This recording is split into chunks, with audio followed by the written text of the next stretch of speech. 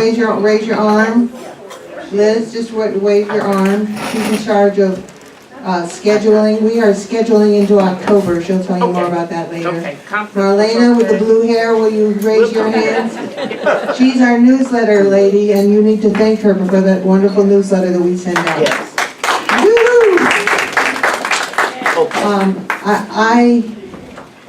In the beginning of this organization, I used to send the Tucson newsletter around and say, this is how a newsletter is done. And now I'm sending Tucson our newsletter and saying, we've outdone you. We have a more useful newsletter than you guys do. I'm so excited. This is our, okay, if this is your first time, you should have if you don't have a name tag, go back. Go back, get a name tag. We want you to have a name tag. Doesn't cost for a name tag, let me tell you. Just sign your name. If you are new to our group, will you please hold up your hand and keep, this is the problem, you have to keep holding it up because Liz and Marlena will bring around pens and papers for you to sign up to get our wonderful newsletter. So if you are not signed up, please do so. We don't ask you to sign up every time you come, we just do a regular count. Okay. Bye-bye. Thank you, thank you, thank you. We're going to open to introductions, announcements, and then move on to our speaker. This meeting is from noon to 1 o'clock, which is why, oh, Sid, you're here. There's Katie. See Katie? Katie, wave your arm. And there's Sid, our youngest Democrat. His mom. His mom is Deb, who is in the health profession. And she's taken off, and she brings Sid to keep all of our people happy here. There is a future for democracy and Democrats. Okay, Bob Sturdivant. How you doing? Any announcements? Oh, we always got an announcement. Yeah, I grew up in a beauty shop. My mother was a beautician. Blue hair was a little bit different back then. Okay. Isn't it fun that now 20-year-olds and 70-year-olds can go have blue hair? All right, Assistant Educational Justice Coalition. We're having our monthly meeting on the 11th at the Fire Museum. Starts at 6 o'clock. It's an exciting time. We are starting a new initiative to closely examine the funding formula for public education in Ohio. And there seems to be, if I would ask 100 people I met on the street how schools are funded in Ohio, they probably could not tell me. We're going to examine that formula, and we're going to examine a certain number of what we call TIF regulations and abatements and tax dodges by the 1% to find out how equitable the funding formula in Ohio is for public education. The meeting is at 6 o'clock down at the Fire Museum at 315 West Court Street. We have a very nice, very vibrant meeting. And I love this event. This is always fun to come. You're in our newsletter, right? The address of the firehouse is in the newsletter. Yeah. So if you want to come, read our newsletter. Free and open to the public, and I'll have a little premium for the people that show up this week. What's the date again? 2 days from today, the 11th, is that correct? Get your phone out. Today is the 9th. Today's the 9th, so it's the 11th, okay. Sue, I finally got that right. Okay. Okay. Bob, would you pass the microphone to the next person who wants to say something?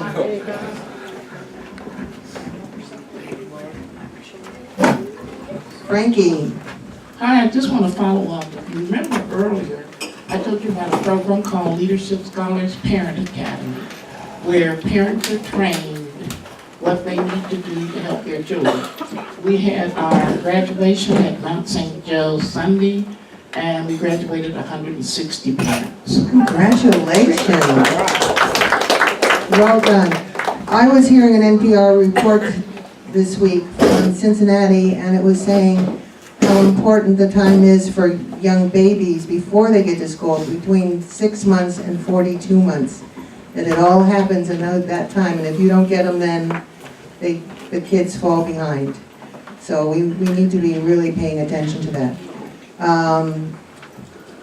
Let's see, Frankie, would you pass it to John? John? Hi, I'm John Dameron. Judge, the school is funded unconstitutionally. That's correct. Right now, but I'm here to give you an update on the gerrymandering reform. We're trying to get a constitutional amendment. The Secretary of State and Republican gubernatorial candidate, Husted, rejected the summary, so we have to reload. We need 1,000 signatures and a new summary, which they've already got ready. And then once that gets approved, then we have to get 300,000 signatures, of course, registered voters. And I do have a petition with me here. Hamilton County? Yes, for Hamilton County. So if you have Hamilton County, but he has to watch you. They're being very fussy about how this works. It's very much to the issue 5 that they had, where it's a very expensive petition and they have to have the whole printed petition on there and he has to sign it. He has seen everybody sign it. So I'll walk around quietly while the meeting is going on and pass it around and give people It is so important. We need to get 1,000 signatures before July 1st in order to get it on the ballot for this November. However, I was at a League of Women Voters conference this past weekend, and I have to tell you, my view on this organization has really improved. I mean, I grew up thinking this was a bunch of old lady, white-haired biddies who were just going to go off and have a lot of tea. And I went to this conference, and man, those guys are organized. And I have already signed a petition that they had for, 88 counties, there for people for 88 counties. So, and the league says that if they don't get the 1,000 signatures, they actually need 200,000 signatures. And 300. Well, what the word is that they're going to try to get 600,000 because so many will be discounted that they can come up with the 200,000 that they need so that they can. Folks, there are a lot of signatures needed. Sign the petition when they put it in front of you. And there is a training, and when I have this materials, I'll give it a training at this meeting and I will hand out petitions and I'll tell you how to hand them in and stuff. I mean, it's very organized. Alberta, Yes. could I add to that? There was a petition that went out earlier for this very same thing, and it got turned away. They had to change the wording on it. So if you signed it You before, see that in there. you can still sign it again, okay? Please sign it again. Is Monica here? No. Not yet. Stanley is our videographer. This meeting is being videoed, and it will be shortly on our Greater Cincinnati Dems site. There's our Sid, Moxana, Dr. Eberhard. There's Anna. Give Anna the phone. She's going to call out names for people who do not have working. I'm not going to embarrass anybody. We have a list of people whose email addresses have been cleaned because they won't go through for MailChimp. So I printed them all out, and why don't we just put it up on the bar, and if you're not getting an email, check that list, because it could be that I either, believe it or not, couldn't read your writing, or maybe something got written down wrong. I make mistakes when I type them in. So if you'll check the list to make sure, we'll put it right up here at the bar, okay? If your name's not on this list and you're not getting your mail, check your spam. Yes. If you're not getting your emails from us and your name's not on this list, check your spam folder. Thank you. Okay, our connection with the League of Women Voters and the naturalization ceremonies is continuing. If you're interested, John can give you John, wave your hand again, the Superman shirt there. He can tell you that it's a really fun time, and the league they always recommend 2 people, but we had 5 a week ago Friday when we got 63 people to vote, registered to vote. It's a wonderful time. It's so exciting. I mean, my heart melts every time I see all of these immigrants so happy to be at this ceremony. If you'd like to participate, get in touch with me or Cincinnati Dems, and we'll forward you on to the League of Women Voters and then swoop you in like we got John. John is a guy, and he's in the League of Women Voters. So let me tell you folks, being male is not an excuse anymore. Let's see, everybody knows the restrooms are just outside the door, across the hall, and just on the other side. Let's see. Any other elected officials who need to introduce themselves? We want you to know you're elected officials. Precinct executives. Anybody here a precinct executive besides me? There you go, Kathy, or Jenny. Jenny and Jen. Hi everyone, I'm Jen Bryan. I'm a precinct executive and now board chair in Marymount, and we have a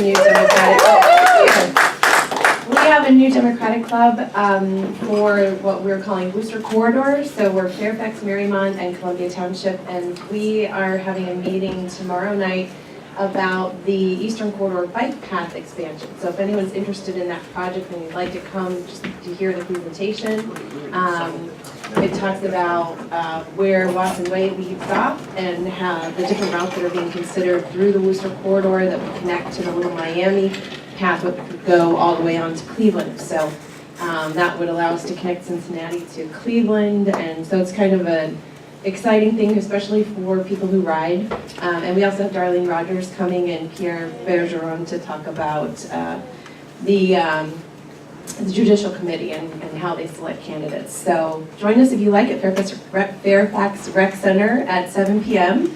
And we'll look forward to seeing you there. Thanks. See her if you don't know where that is. Dee.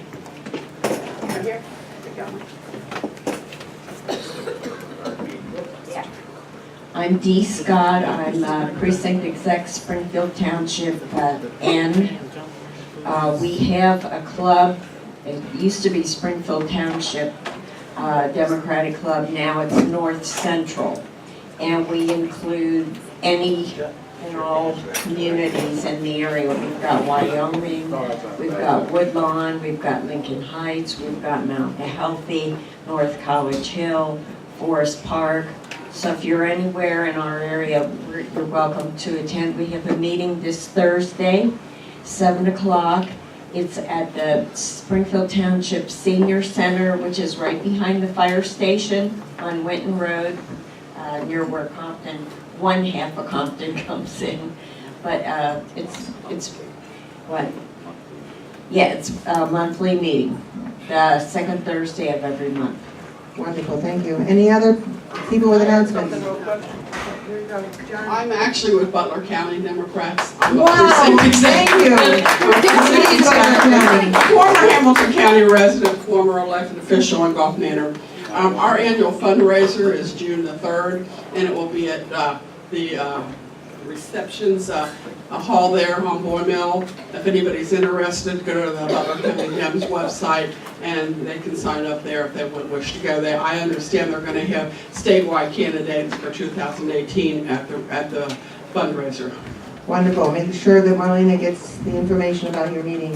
Okay, thank you. Kate. And then I'm going to go to NOHA. Yep. Turn it on. Oh, okay, I just want a couple of points of clarification. As Liz said, the first petition for the gerrymandering was rejected, bogusly, but rejected. So it doesn't matter if you sign, you can sign again. It's really weird, you sign at the top and then put your information underneath, so it's kind of set up really weird. This is a Rolling Stones shirt. Superman, baby. Give yourself They are Superman. Has to make the microphone to NOHA. You have a petition? Yeah, I have the, hi everybody, I have the redistricting petition for you to sign, but it's by county. Right. So I already have ones for Warren, Hamilton, and I believe. John has one for Warren. But I'm Hamilton. I have 3 more empty that I wasn't gonna fill out till I know which other counties are here. So I'll just pass this around and just sign the ones that has the name of your county on it. Be careful the way you fill it out. Like your one. If anybody has any questions, First just let me name on know. one line, second name on a different line. Cross off. Yes, and Noha, I have to tell you about Noha's name. When I first saw her name, I was sure it was Noah, N-O-A-H. And I went to her the following week after I saw the name and I said, is your name really Noha? And yes, it is. And Noha, and I hope with the support of this group, has decided to run for school board in Warren County. So if you're a Warren County person, If you're in Warren, I have my petition as well, if you can sign it. okay. And with that, we go to Liz, I think, to introduce our speakers for the day. We have Luke and Jenny here.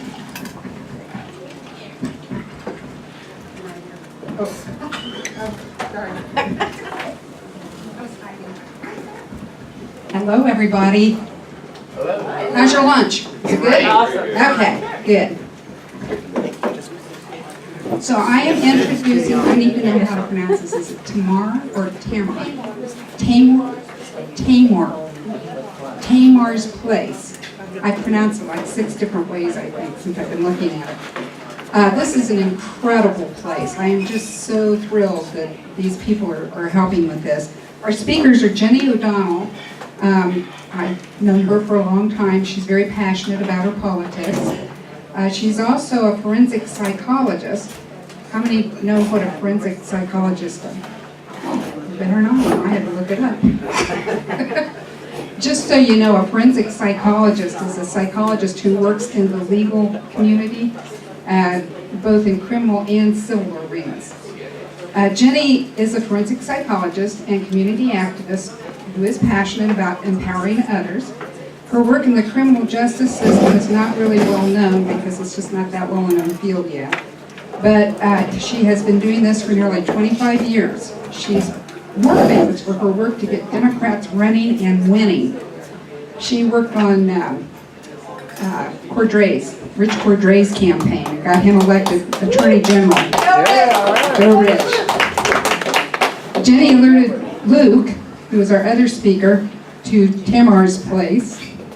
And when Jenny was approached by a neighbor, Elaine Ward, who was the brand new executive director of Franciscan Sisters of the Poor, she's got connections, the mother agency for Tamar's Place. Elaine thought Jenny, who has had a lot of program design and consulting experience, might be interested in revamping the program and making it more effective. Elaine was right. Jenny did great. Okay, and then we have Luke Blocher, is the deputy solicitor. No, it's too small for me to see.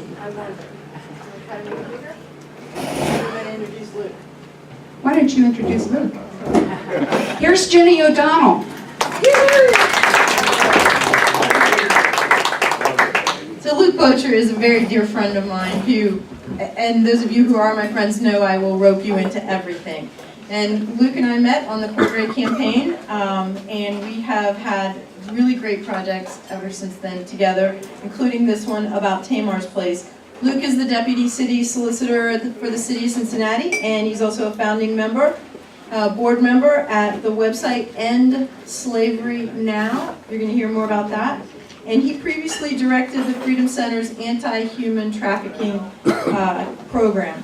He's a veteran of many local, state, and presidential campaigns. Like we said, we helped put Richard Cordray right where he is right now, protecting our interests at the national level. So Luke has also served in a senior role in Cordray's Attorney General administration and is a dear friend. So please welcome Luke.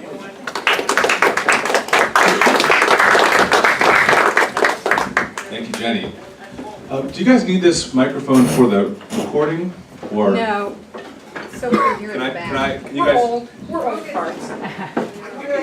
Okay, no problem, no problem. All right, I think we had a little thing here. While we're getting that stuff, I just want to say it's great to be here. It's just really exciting to see all you guys here on this Tuesday. I understand this is happening every week.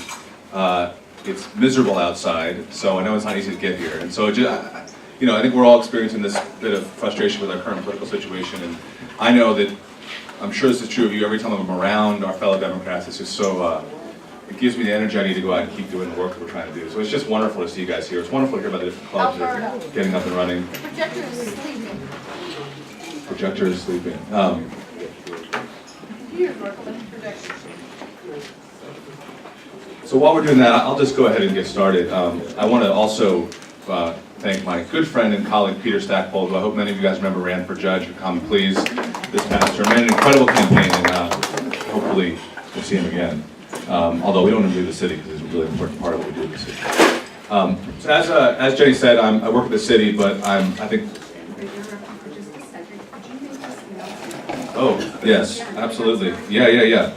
So we had an announcement about calls we need to make. I think everyone knows these calls have been working. There's lots of evidence to that effect. So Senator Portman just agreed that, or stated he's going to stand with big oil and gas instead of our clean air.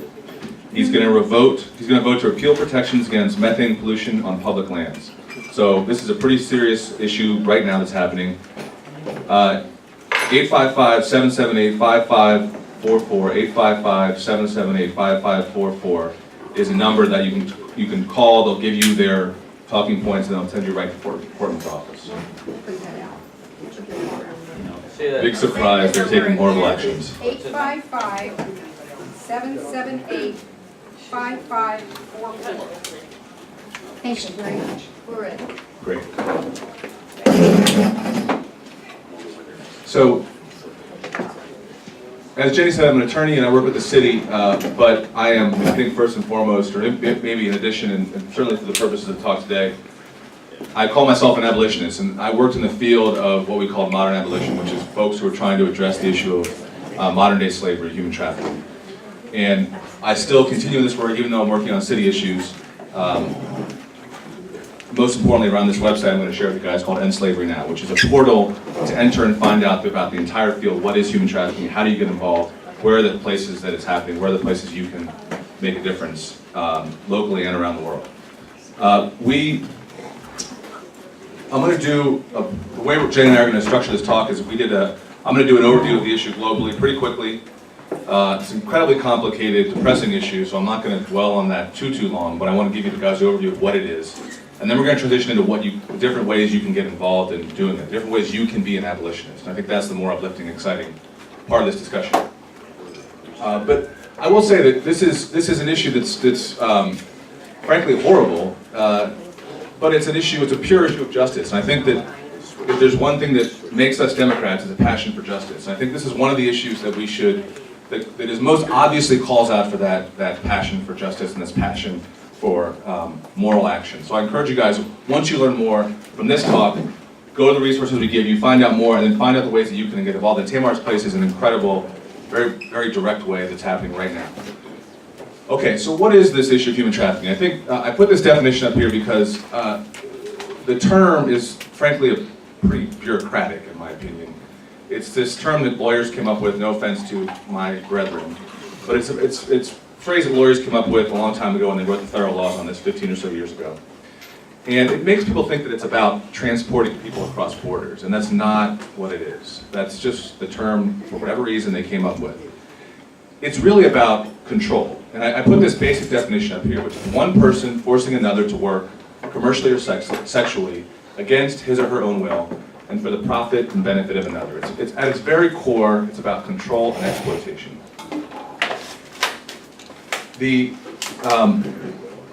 Statistically, on the global scale, it's a very hard thing to capture statistically because fundamentally this is a crime. It's not something that people are checking in and writing about or like registering in some capacity. It's a crime.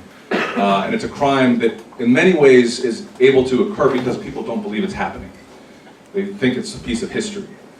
But the best estimates that the best people working on this have come up with is somewhere between, and this is a pretty broad range, it depends on how you make certain definitions, but 21 to 30 million people around the world are in some form of modern slavery. That's the best estimate, but frankly, in my opinion, that's pretty conservative. And they're being conservative, so they want to have those statistics to be as reliable as they can, they don't want to make too many guesses. But I think once you learn more about this issue, you know there's more of it out there. You go to the next one, Jenny.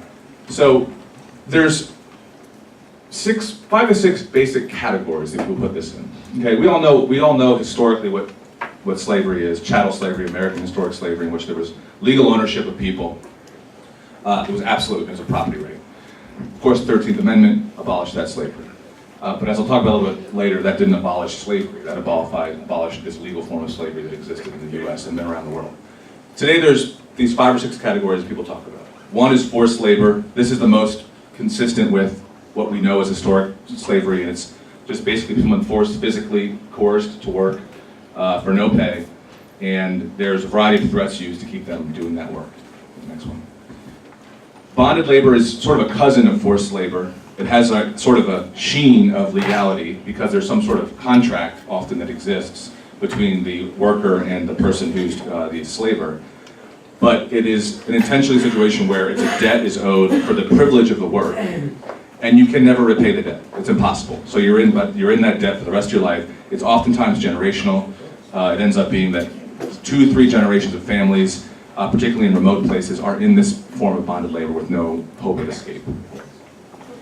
The next one is domestic servitude, which is, okay, the next one is sex trafficking, which is I think one that most people are familiar with. I think it's the one that most people think about when they think about human trafficking. It's the one that's been, from the sort of media and entertainment perspective, the most talked about. Of course, it's forced into prostitution. And there's a lot of discussion, as there should be, about how much of sort of the continuum between people who choose to be in prostitution and people who are forced into prostitution, and debates about at what age you can even make that decision. But there's, even without getting into those debates, there are absolutely millions and millions of people around the world who are physically forced into it without any question. They're kidnapped, they're taken into those situations. Domestic servitude is another one that is maybe less known, but is an absolutely happening, which is, and it's usually, this is one that usually is truly across countries, where you have people coming into a country to serve as house help, and they are kept as slaves, and they're completely helpless to fight against it because they might not know the language. There's threats about legal deportation and immigration issues that are used, and so this is something that is a genuine problem around the world as well. The next category I think is child labor, which looks like has elements of the rest of these. Sort of the techniques of control are sort of the way a lot of these things are differentiated. But there's a special case of child labor because, of course, because it is children, and also because oftentimes parents are involved, and there's a special brutality and gruesomeness to the idea that kids are taken into some sort of situation against their will. And then the last category, maybe I didn't put it in there, but the last category which is another one that people might be familiar with, is forced marriage. And there's forced marriage is a bigger issue, with a lot of cultural issues attached to it, but there's absolutely the case that there is versions of that qualify very clearly as slavery. I'm going to talk about these 2 families in a second, but I want to tell you a couple statistics really quick, just to put a little bit more numbers to this, although I'm going to talk about people because these aren't, the numbers of this make it seem like it's some sort of study or something. And these are, every single one of these people is an individual whose life has been controlled by somebody else. But again, as the best people can do it, the best way we can study this, about half of these modern slaves are somewhere on the Indian subcontinent. There is 12 to 14 million people are there in that region. They're in some form of bonded labor, and I've actually been over there. When I was at the Freedom Center, I went on a trip with the folks at the Crossroads Church who do a lot of work in India on this issue. And we went to these brick kilns, these fields where there's folks working in bonded labor, and it's generational, and it's whole villages that are built around this concept of forced bonded labor. There's another 1 million plus in the sex industry in India. 3 million or so are guessed to be in China, another 1 million in Russia. And then on a per capita basis for its population, Mauritania, where, believe it or not, slavery was legal until about 20 years ago. In the old American form, it was legal. Haiti, Nepal, Moldova, and Benin are per capita at the highest level. But it's not something that, and this is a really important part of how we get to this talk, this is not some sort of foreign problem. It's very much a domestic US problem. And again, one of the reasons it allowed to persist in this country is that people just don't believe it could ever possibly happen here. But there's, in the US and Western Europe, there's annually tens of thousands of people who are trafficked into those countries for forced labor, to do bonded labor, and to do into sex trafficking and to domestic servitude. There's also tens of thousands of people in those countries who are natives who that is happening to. Now, I think in the U.S. context, the bonded labor and forced labor more often happens with someone who is trafficked into the country because they're more exploitable as far as not understanding what rights they have, not understanding what protections they can go to the police with, fearing that the law enforcement they're going to be have some sort of other penalties, and that's a fear that the trafficker uses to hold them in that. But it's also important to note that this is something that touches all of our lives directly. I think this might be the hardest part to grapple with. I know it was for me when I got into this world. But it's not just that there are some brick kilns in India where this is happening. A lot of the things that we touch and use in our lives are infected by slave labor. There's a great website called Slavery Footprint, and we'll have this on the slide at the end, but Slavery Footprint, it was started by a good friend of mine named Justin Dillon, that takes, you sort of list your life in there, and it will take you through an analysis of what percent, like the types of things in your life are highly likely to be infected by slave labor. And that's because there's documented slavery in the material mining that goes into much of our electronics. There's documented slavery in the global seafood industry. I'm going to tell a story about someone who was trapped in that in a minute. There is documented slavery in the harvesting of palm oil and other cooking essentials. There's documented slavery in America's farm fields, believe it or not, in the Midwest, upper Midwest and in the South. There's many other ways you can do this. Again, I would go to the Slavery Footprint site, but the point is, it's not something we can sort of pretend doesn't touch our lives. Now, it's also frankly not easy to avoid it. It's not easy to just say, oh, I want to be slave-free. It's so embedded and it's so dark and deep in its criminal sort of spread that we don't have enough information yet to get in there and know. Yes? Oh, I would just have a thought. You know that excuse me, the fear put on the Hispanic, the fear put on our American Hispanic people about being deported, it just comes to me, isn't that even more fuel to the fire for an employer or whoever, worker owner, to exploit them even more because they're in such fear of being deported? Yes, absolutely. I mean, that was already a tool that was used. The fundamental tool of the trafficker is fear and exploitation. And it's if these guys have some sort of brilliance, it is sensing vulnerability, and they can see how people are vulnerable, they can know how to create vulnerability, and then they find out how to exploit it. And one of them is fear of law enforcement in communities that are vulnerable to law enforcement. And there's no question that fear is heightened, will be heightened now in the current environment. I want to tell two stories really quick, because this really gets at, I think, what we have to get at, which is the human toll of what's happening here. It's very easy to make this a statistical discussion and a theoretical discussion because it's so complex.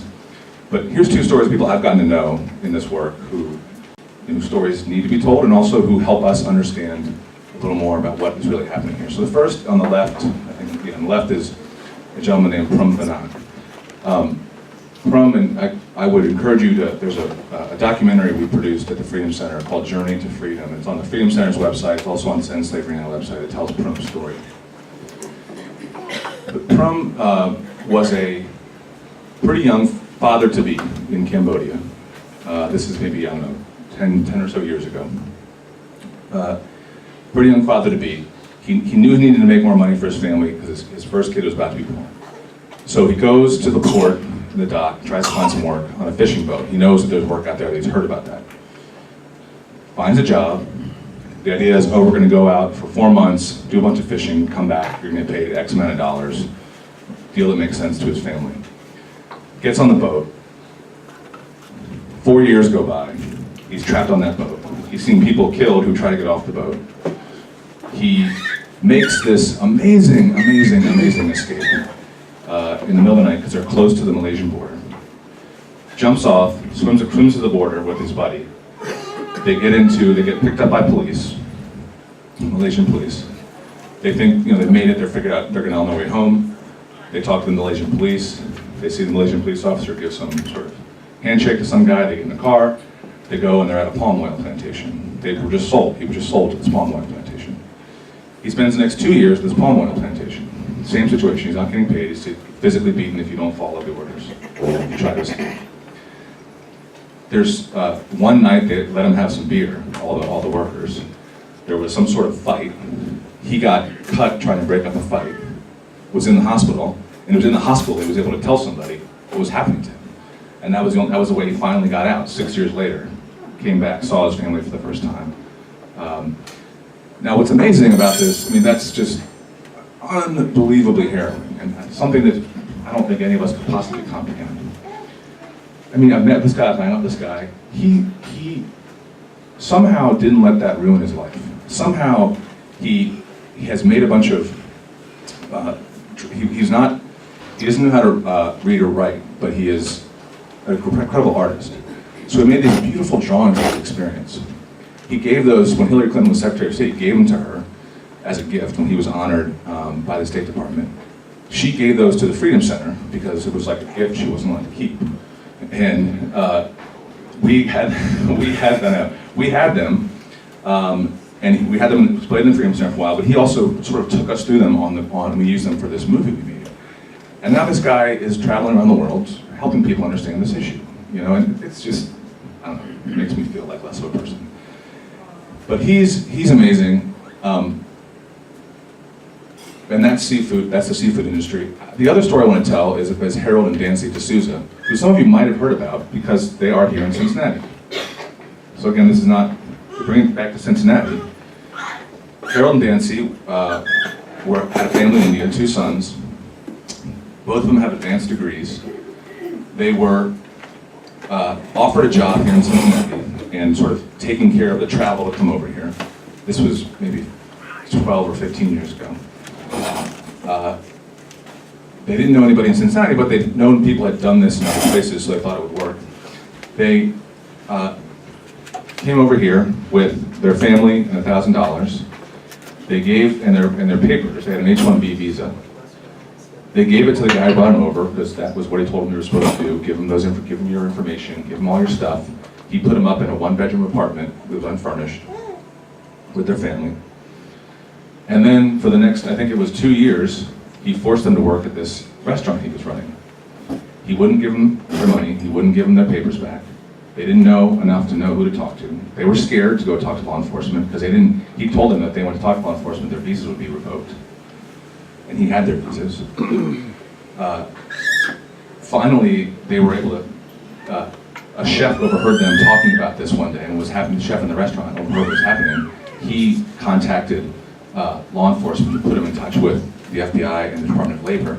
And eventually, at long last, they figured out that this was what was happening, and they were able to get a lot of their wages back from this guy, although he declared bankruptcy and ran away.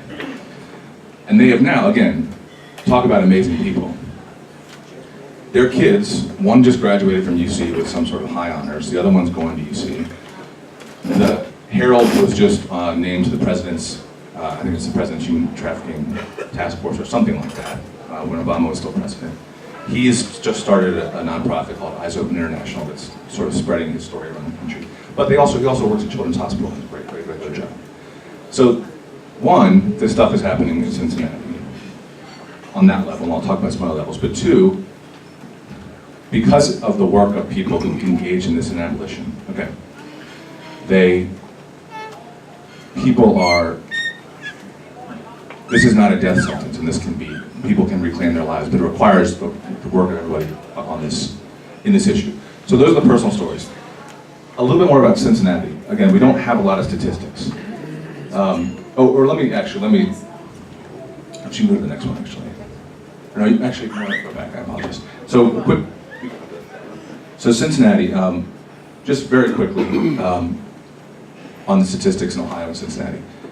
There's something called a human trafficking hotline nationally that captures. It's the one number you can call if you have any information about this. Either you see something or you are someone who's calling for help, and it coordinates it around the country. Ohio has the 4th most calls of any state in the country to that number, and that's 1,000 plus in 2015, which was 32% more than the last year. There's a group called End Slavery Cincinnati in Cincinnati, which is our local coalition dealing with these issues. Yes? Could you repeat that statistic again? Sure. It's in 2015 there were 1,000+ calls to this hotline, which was up 32% from the year before, which has been a continuous rise in the years going forward, which is the 4th most in calls in the country of any state. End Slavery Cincinnati, which services people in Cincinnati, deals with calls that happen in this area. They've responded to 500 specific individual calls in the last 5 years of people who have either seen something that they believe is trafficking, or more often people who were trafficked who are trying to call and get some help. They've dealt with 500 people in this region who've had some sort of situation like this. And Off the Streets, which is a program at Cincinnati Union Bethel that some of you might know, that is an amazing program that helps women escape prostitution more generally and take back control of their life. They estimate that about 40% of the people that come through their program were in a forced prostitution situation, when they were not in any way their choice. So we're at risk in this area. I mean, there's a global issue about this because there's money to be made by exploiting people. We're at specific risk in this area because, one, we're in this intersection of all these highways that get you all around the country, so as you move people around pretty quickly. We're close to Canada, so people can be moved in and across borders, and that's an easier border to pass through.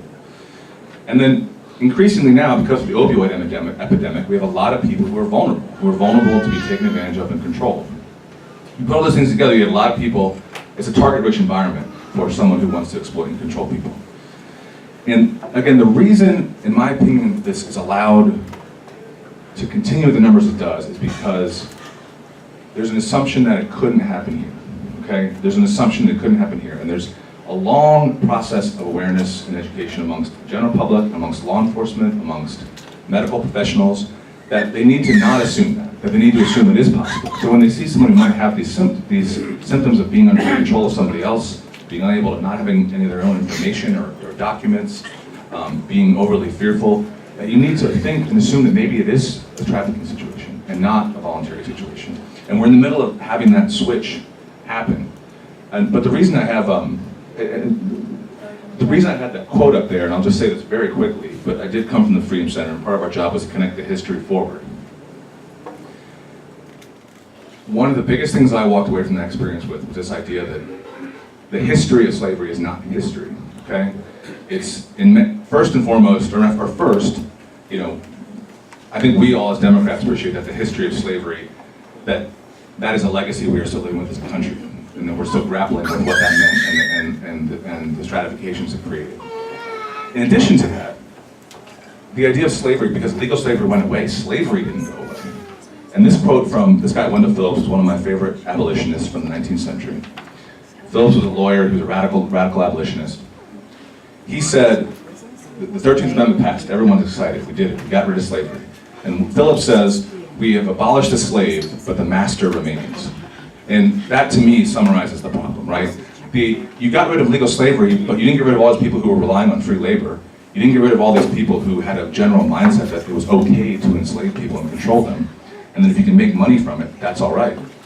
And that has continued, and it continued right after legal slavery ended in this country, and it's continued forward to the present day in different forms. So what we are dealing with is not some new thing, it's a continuum of this historic practice. Now, the other big thing I took away from my time with the Freedom Center and my time with all these people in this anti-human trafficking field was that you can't look at the problem as one that you can solve with one action. So, passing an amendment to the Constitution doesn't solve the problem. Today, going and, let's say, pulling someone out of a brothel they're in against their will is necessary, but it does not solve the problem. It doesn't solve the larger issue, and it doesn't solve the problem for that individual. Abolition today is one that has many phases. You're on a continuum, and I think the important part of that is to understand, one, that's how you address the issue, but two, there are many, many, many ways we can get involved, okay? If you care about this, it's not as if the only thing you can do to be effective is travel to India and do some raid into a brothel and pull someone out and, you know, get a picture taken. Not that anyone can ever do something that horrible, but there are people who have that attitude about this issue. There are many, many, many ways. There are many things that have to happen for us to move the needle on this, and there's many, many, many ways that all of us can get involved. So I put together this Phases of Abolition continuum when I was at the Freedom Center and when we created this website, End Slavery Now, that I think I'm going to close with, and it really gets at what I think we should think about, what our roles can be, what I'll ask you all to think about what your roles can be, and what Jenny's going to describe about what a specific thing today now is. The first on the left is awareness, and again, we still have a long road to climb on, a long hill to climb on that. People don't understand this is happening, and the belief that it couldn't happen here is what allows it to happen here.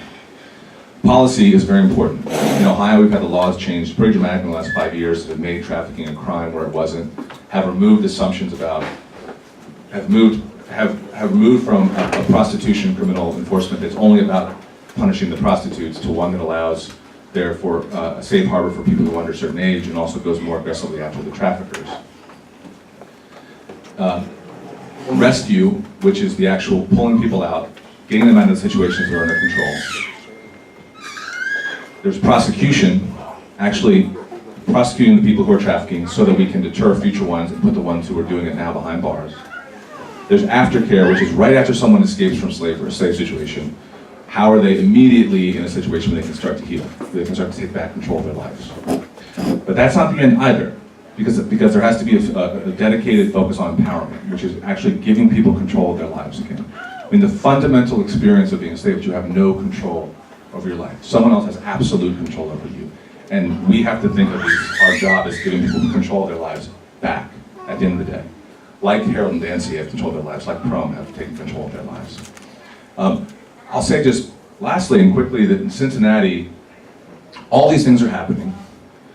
There's ways to get involved in all these things. Awareness is happening. The Freedom Center does a bunch of work with this. End Slavery Cincinnati does a bunch of work with this. If you go to End Slavery Now, again, I want to plug it because it's a wonderful site. You can learn about everything that's happening in Cincinnati and anywhere else, and how you can get involved with that. There's a lot of policy happening at the state level still. Denise Treehouse was a really champion of these issues. Teresa Feder is a state representative in Toledo who's really the leader on this. There's stuff happening in the State House. There's stuff happening with federal laws. There's a really important law up for consideration right now to strengthen the crimes federally. I think Tamar's place, which James can tell you about, I classify it as a place that's of rescue and aftercare. And I think it's something that deserves your consideration for support in many different ways. Off the Streets is an amazing program that is doing aftercare and empowerment. A lot of the domestic violence shelters and Louisiana more broadly are there in this community to help people. But I think the one thing I want to leave you guys with, and I really appreciate your time here, and I appreciate your interest in this topic in general, is to try to learn more, is to go to End Slavery Now, educate yourself about this issue, and have your eyes open about it. Have your eyes open in the way you talk to your peers and neighbors about it. Have your eyes open in what you see out there, because it's the kind of thing that is, every single one of us can be an abolitionist in a real way, and I think every single one of us should be an abolitionist in a real way.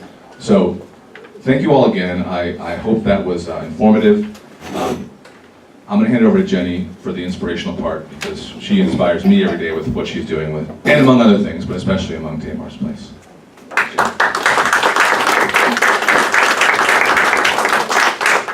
Isn't it amazing? Yeah. So, you remember at the beginning of this, when I came up here before to introduce Luke, and I said, once you get to know me, I should have a warning sticker. I should come with a warning sticker, because once you get to know me, you are now committed. So I am going to commit all of you here today to become abolitionists. Everybody good with that? Yeah, I thought so. All right, and so I'm going to make it super easy, and Liz will tell you that I believe in grassroots more than probably anybody you know. And what I know is if I can spend 10 minutes, I'm going to take my 10 minutes to convert 50 other people to spend their 10 minutes. And then what do we have? Do the math, 510 minutes of people being active, right?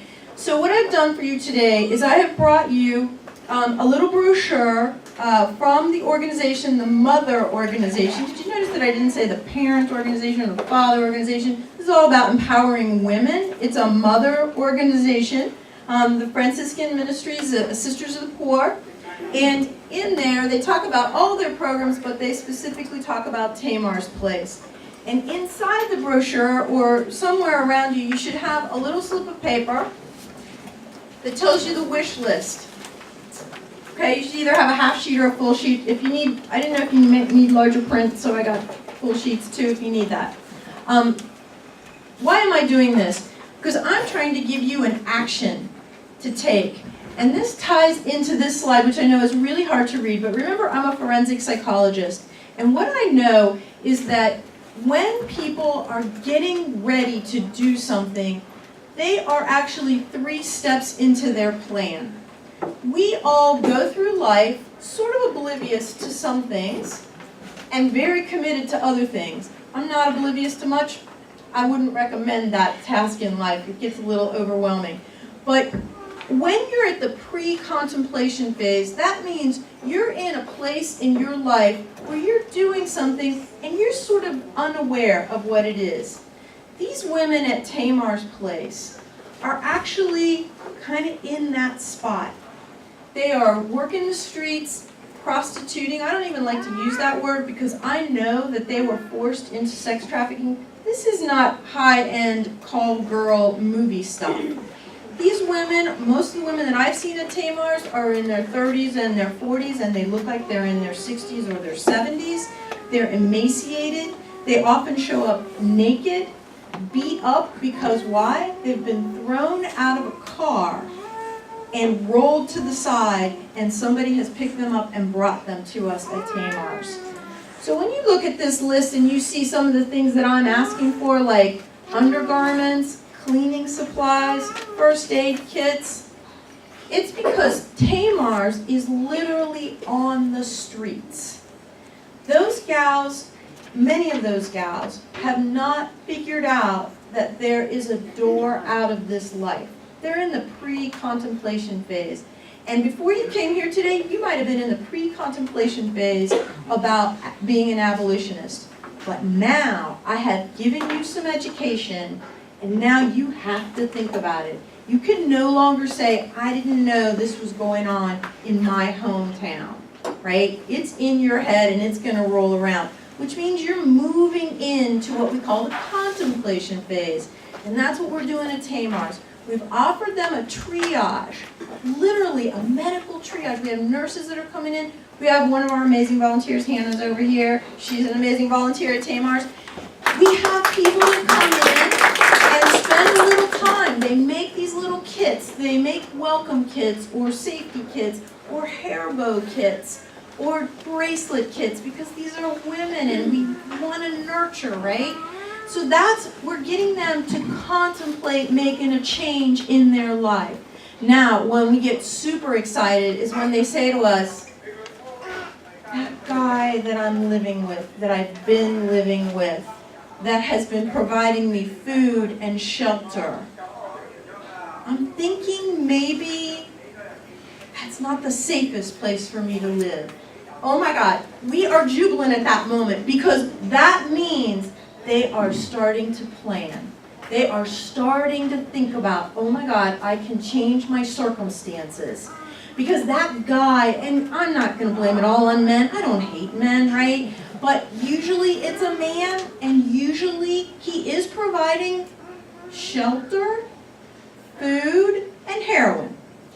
And these women are addicted to that because it's all that they have access to. But when they come to Tamar's, and there are a couple of other places like Tamar's, downtown also, when they come to these early on-the-streets programs, they see women and men who are offering them a safe outlet, a safe way to get out of the life.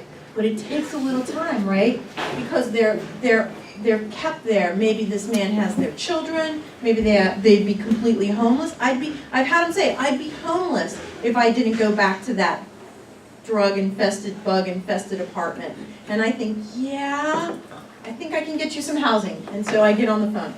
So that's the next step, right, is planning. So I want you all today to plan. I want you to look at the information I gave you. Maybe it's as simple as, like, Marlene brought me a bag of stuff and said, here, I've got a contribution of shampoo or toiletry items for you.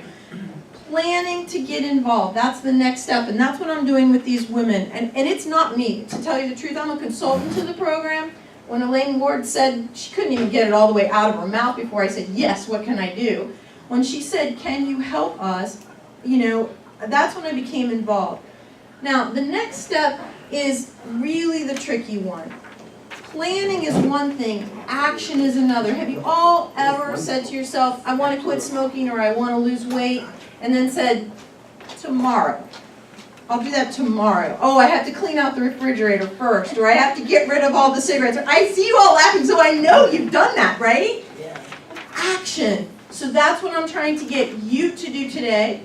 That's what we're trying to get these women to do. And action is as simple with the women as saying, yes, I'll go to a mental health agency and talk to somebody, or a medical center and get that MRSA treated where the sores all over my backside are not healing, right? That's the action step. And an even better action step is, yes, I'll go to a detox at CCAT and I'll get off the heroin. Yes, ma'am? Okay, that's all right. That's all right. I'll come back. And that's the next action step. I'm not talking about miracles here. I'm talking about just these little baby steps to take an action. And then, as Luke pointed out, there's some other programs that will take these women once they're medically stabilized, psychiatrically evaluated, and off of all drugs. So that's why I say we are on the streets, because the goal is to get these women to the program called Off the Streets, which is at the Anna Louise Inn. God love the Anna Louise Inn, right? And so Cincinnati Union Bethel will take these women into that program, offering them shelter, right? So no longer homeless, medical therapy and things like that, food, clothing, things like that. So you can see that what we're talking about here is a continuum of services that are really loosely thrown together by a group of passionate people to try to get these women to transition out. One of our biggest stories is the 14-year-old that we found. She was brought to Tamar's place by some women who were working the streets. She was brought and dropped off, and we found out that she had been kidnapped from the streets of Mississippi, trafficked up to Cincinnati, and had been prostituting for about a year. Tamar's place was in the right place to save her. If you need a story that powerful to get you involved, there it is. And there's lots more, right? But that's the piece that I'm trying to get you to do today, is move. You're no longer in pre-contemplation, and I hope that I've moved some of you from contemplation to action. That's what we need to do with Tamar's. If you have any questions about how to support Tamar's or any of the programs that we talked about today, please let us know. Thank you very much.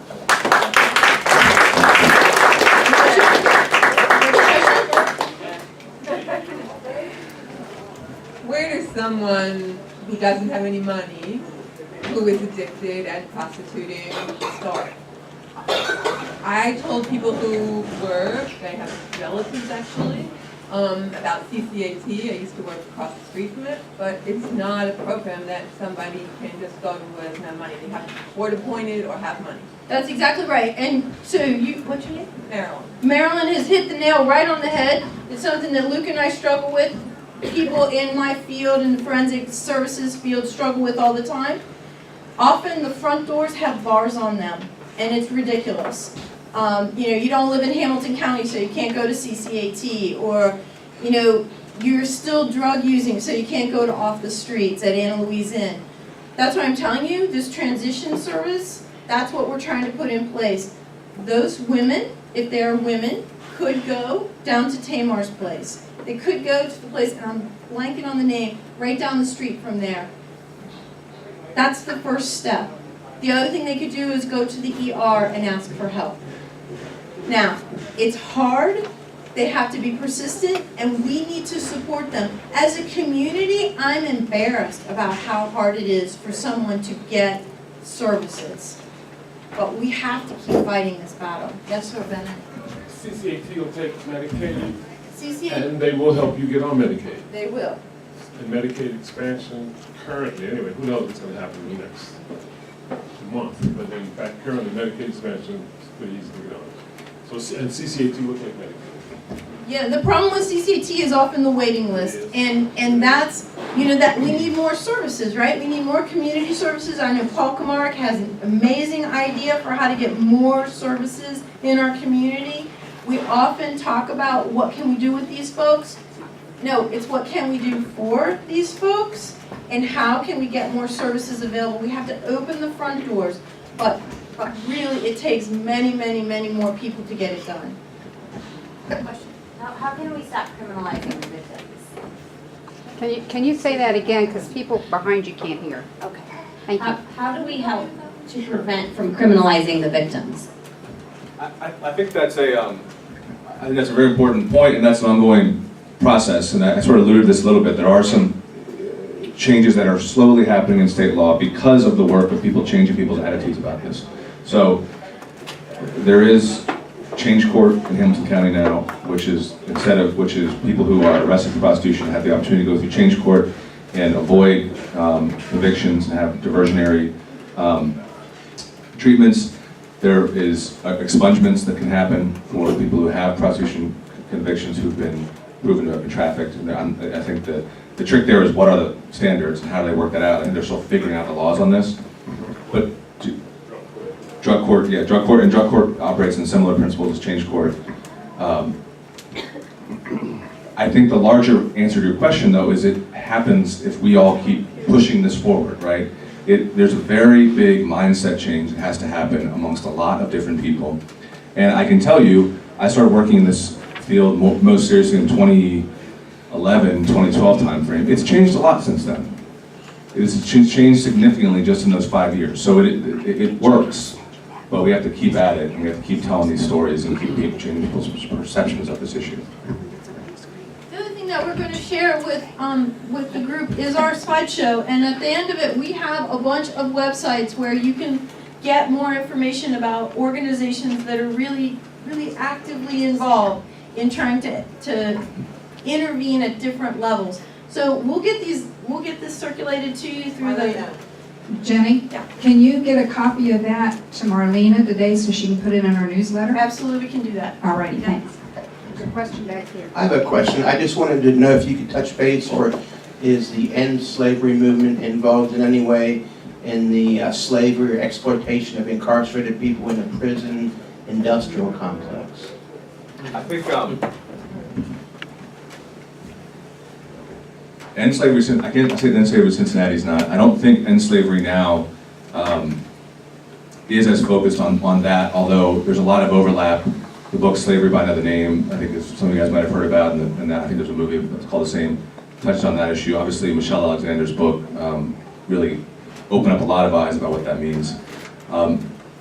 Is that book in Slavery by Another Name, Michelle Alexander? Her book is The New Jim Crow. Oh, that isn't. Slavery by Another Name takes you from the sort of end of 13th Amendment to present and shows you how slavery just persisted in different forms, like felon leasing, for example. But one of the challenges that the sort of anti-human trafficking movement has, and is sometimes defining exactly what they're trying to do. And so I would say that although the prison industrial complex is very related, I do think that they, for their own ability to succeed, have had to focus on more pure forms of slavery, although I think they all connect for sure. Alberta, can I ask a question real quickly? I know we're low on, or tight on time. I want to know, how do you recognize this on the streets? What do you do if you do recognize it? If you see someone that you think is in that situation, is there something you can do that you should do? Well, the answer I'll give to that is, first, if you go to this End Slavery Cincinnati site and End Slavery Now, there'll be sort of these tip sheets that have, say, look for this. These are some of the things you can see. But just for right now, I'd say people who seem like they're not able to speak for themselves, people who seem like they're under control of somebody else. If, for example, in a medical situation, a man insists on coming into the examining room because he's the interpreter or something like that, those sorts of things should raise flags for people. It still is the best thing to do is to call this hotline. The hotline was set up maybe 10 or so years ago. It's still, even though it's sort of old technology, it's still the best way that this is tracked. They know how to get to everywhere. They know how to connect to all law enforcement in the area, give them the right information. So I think it's 373-7888, but any of those places will have that number's plastered over every single piece of literature that's out there in the world. But that's the simplest thing. And give that number to someone, let them call that number. There's some other interesting things. Remember, Luke talked about policy.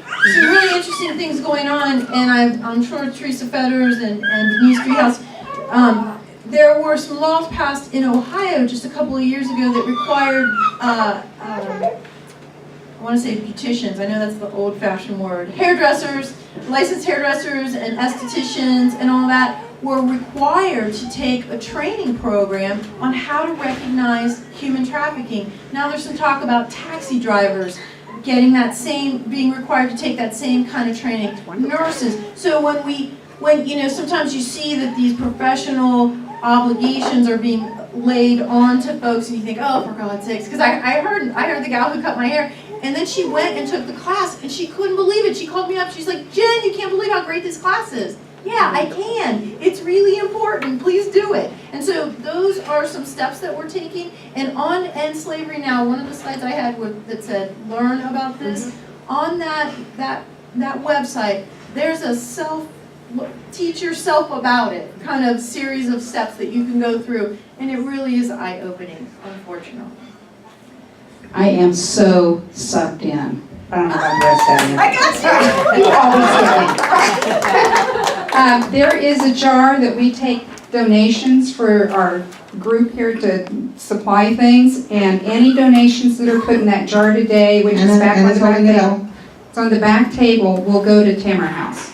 Oh, thank you so much. So please, if you're feeling generous, you can get it to them right away so they can make use of it. Thank you. Thank you so much, everybody, for your attention. I was at a conference in Akron, Ohio, and I brought back all the soap and all of the lotions and all of the mouthwash and a toothbrush and some sewing kits.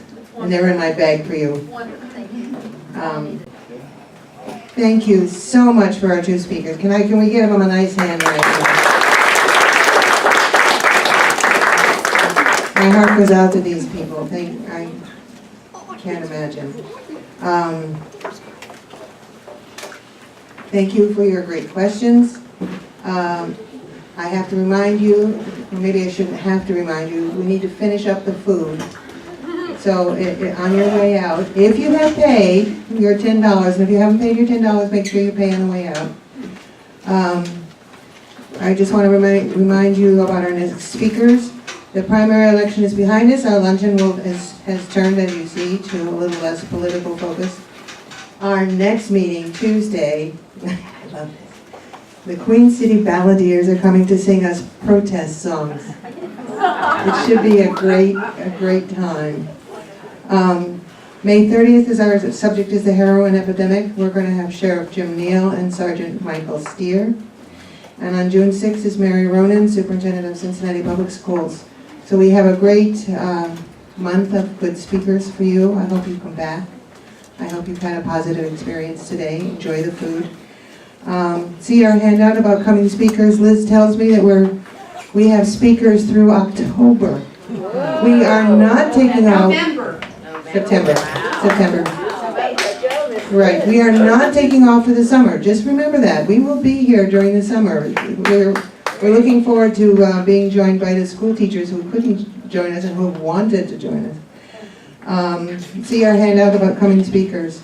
The only day we're taking off that I can see before the next election is the 4th of July. And let's see this. And thank you for coming. Really appreciate that you've been here today. Help us finish off the food.